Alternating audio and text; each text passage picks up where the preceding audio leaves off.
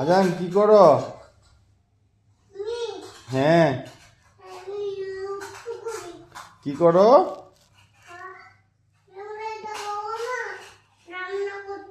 কি রান্না করতেছ? তোমার খাবার কি রান্না করতেছো বলো?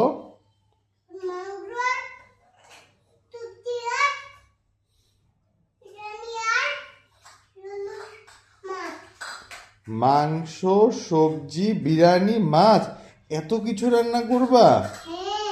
পারবা তুমি একা না আমি তোমাকে হেল্প করব? হেল্প করব?